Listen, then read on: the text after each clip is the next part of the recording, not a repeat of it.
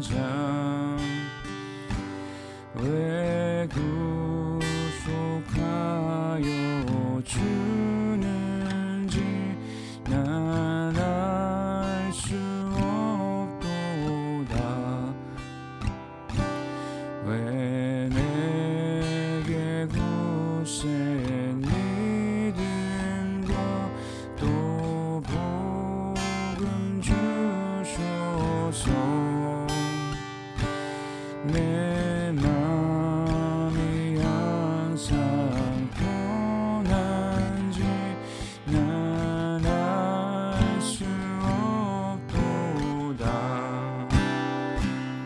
내가 믿고 또 의지하는 내 모든 형편 잘 아는 주님 늘 보호해 주실 것을 나는 확실히 아네. 왜 내게 성령 주셔서 내 마음은 감동해.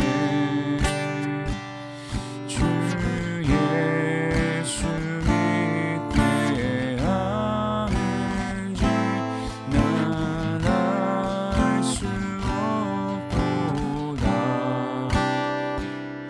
주 언제 강림하실지 오후 밤의 홍낮에 또 주님만 밝히고 또 난 알 수 없도다. 내가 믿고 또 의지하네 내 모든 형편 잘 아는 주님 늘 보호해 주실 것을 나는 확실히 아네.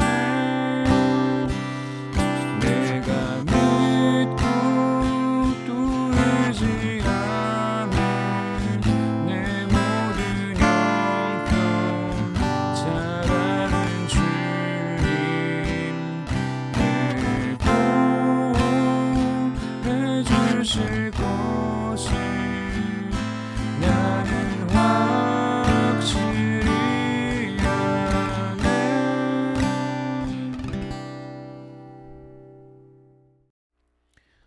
오늘 우리에게 주신 하나님 말씀은 고린도전서 7장 1절에서 16절까지 말씀입니다.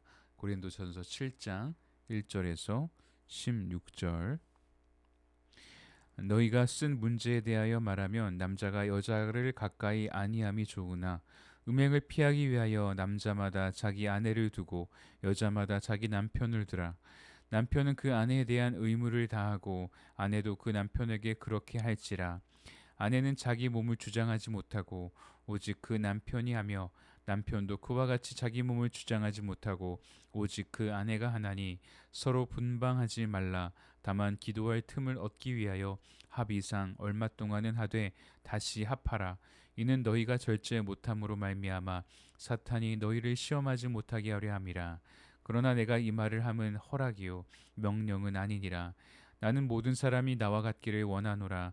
그러나 각각 하나님께 받은 자기의 은사가 있으니 이 사람은 이러하고 저 사람은 저러하니라. 내가 결혼하지 아니한 자들과 가부들에게 이르노니 나와 같이 그냥 지내는 것이 좋으니라. 만일 절제할 수 없거든 결혼하라. 정욕이 불같이 타는 것보다 결혼하는 것이 나으니라. 결혼한 자들에게 내가 명하노니 명하는 자는 내가 아니요 주시라. 여자는 남편에게서 갈라서지 말고 만일 갈라섰으면 그대로 지내든지 다시 그 남편과 화합하든지 하라. 남편도 아내를 버리지 말라. 그 나머지 사람들에게 내가 말하노니 이는 주의 명령이 아니라 만일 어떤 형제에게 믿지 아니하는 아내가 있어 남편과 함께 살기를 좋아하거든 그를 버리지 말며, 어떤 여자에게 믿지 아니하는 남편이 있어 아내와 함께 살기를 좋아하거든 그 남편을 버리지 말라. 믿지 아니하는 남편이 아내로 말미암아 거룩하게 되고, 믿지 아니하는 아내가 남편으로 말미암아 거룩하게 되나니, 그렇지 아니하면 너희 자녀도 깨끗하지 못하니라. 그러나 이제 거룩하니라. 혹 믿지 아니하는 자가 갈리거든 갈리게 하라. 형제나 자매나 이런 일에 구애될 것이 없느니라. 그러나 하나님은 화평 중에서 너희를 부르셨느니라. 아내된 자여, 내가 남편을 구원할는지 어찌 알 수 있으며, 남편된 자여, 내가 내 아내를 구원할는지 어찌 알 수 있으리요. 아멘. 할렐루야. 오늘도 하나님의 은혜가 여러분의 삶에 가득하기를 주님의 이름으로 축복합니다. 7장에서는 고린도 교회에 있었던 또 다른 문제를 다루고 있습니다. 당시에 6장 말씀에서 살펴본 것처럼 몸은 중요하지 않다라고 여기면서 마음대로 살았던 사람이 있었던 반면에, 어떤 사람들은 거룩하려면 결혼도 멀리 해야 한다라는 생각을 하던 사람도 있었습니다. 그런 사람들에게 바울이 주는 말씀입니다. 첫 번째, 결혼은 서로를 위한 하나님의 선물이다. 우리 4절 말씀 다시 한번 같이 보겠습니다. 4절, 아내는 자기 몸을 주장하지 못하고 오직 그 남편이 하며, 남편도 그와 같이 자기 몸을 주장하지 못하고 오직 그 아내가 하나니. 아멘. 고린도 교회 성도들에게 어떤 오해가 있었냐 하면, 더 거룩해지기 위해서는 부부 관계도 끊어야 된다라고 생각했던 것입니다. 그러나 사도 바울은 결혼 자체를 부정하지 않습니다. 음행을 피하기 위해서는 반드시 결혼하라는 말을 하죠. 그러니까 결혼이라는 것은 어떻게 보면 하나님께서 주신 보호의 울타리인 것입니다. 결혼이라는 것은 서로를 위해 살아가는 것임을 가르쳐 주고 있습니다. 결혼은 자기 중심적인 삶을 깨뜨리는 자리입니다. 그래서 세상처럼 내 몸이 내 것이라고 말하지 않습니다. 그래서 진정한 사랑은 내가 원하는 것만 주장하는 것이 아니라 상대를 배려하고 섬기는 것이다 라고 가르쳐 주는 것이죠. 사랑하는 성도 여러분, 가정은 하나님이 주신 작은 교회입니다. 부부 관계 속에서 내가 옳은가 보다 내가 사랑하고 있는가를 돌아보아야 합니다. 그래서 5절 말씀에는 서로 분방하지 말라는 말씀도 하죠. 사탄이 가정을 깨려고 틈을 노리기 때문입니다. 부부가 영적으로 또 정서적으로 멀어지면 시험이 오기가 쉬운 것입니다. 여러분의 가정 안에 하나됨의 은혜가 있기를 주님의 이름으로 축복합니다. 두 번째, 하나님은 각 사람을 다른 자리로 부르십니다. 우리 7절 말씀 같이 보겠습니다. 7절, 나는 모든 사람이 나와 같기를 원하노라. 그러나 각각 하나님께 받은 자기의 은사가 있으니 이 사람은 이러하고 저 사람은 저러하니라. 아멘. 바울이 독신에 대해서 이야기합니다. 독신이 더 거룩하다고 말하는 것이 아니죠. 결혼도 은사이고 또 독신도 은사라는 것입니다. 뭐가 더 우월한가를 이야기하는 것이 아닙니다. 하나님께서 나를 어떤 자리로 부르셨는가를 이야기하는 것입니다. 그래서 어떤 사람은 결혼을 해서 하나님께 영광 올려드리고, 어떤 사람은 독신으로 하나님께 집중하며 살아가는 것이죠. 이건 비교할 게 아니라는 거예요. 누가 더 거룩하다의 문제가 아닙니다. 하나님은 각각 다른 길을 허락해 주신 것입니다. 사랑하는 성도 여러분, 하나님께서 여러분을 부르신 그 부르심의 자리에서 충성하는 여러분 되시기를 주님의 이름으로 축복합니다. 자, 세 번째, 마지막으로 믿지 않는 가정 가운데서도 역사하시는 하나님을 우리가 볼 수 있습니다. 고린도 교회 안에는 예수 믿고 난 후에도 배우자는 믿지 않는 경우들이 있었습니다. 그래서 어떤 사람들은 믿지 않는 배우자와 헤어져야 하는 그런 고민이 있었던 것입니다. 그때 바울이 뭐라고 하냐면 갈라서지 말라고 이야기합니다. 믿지 않는 배우자가 함께 살기를 원한다면 함께 있으라는 것이죠. 왜냐하면 하나님께서 그 가정을 통해 또 일하실 수 있기 때문입니다.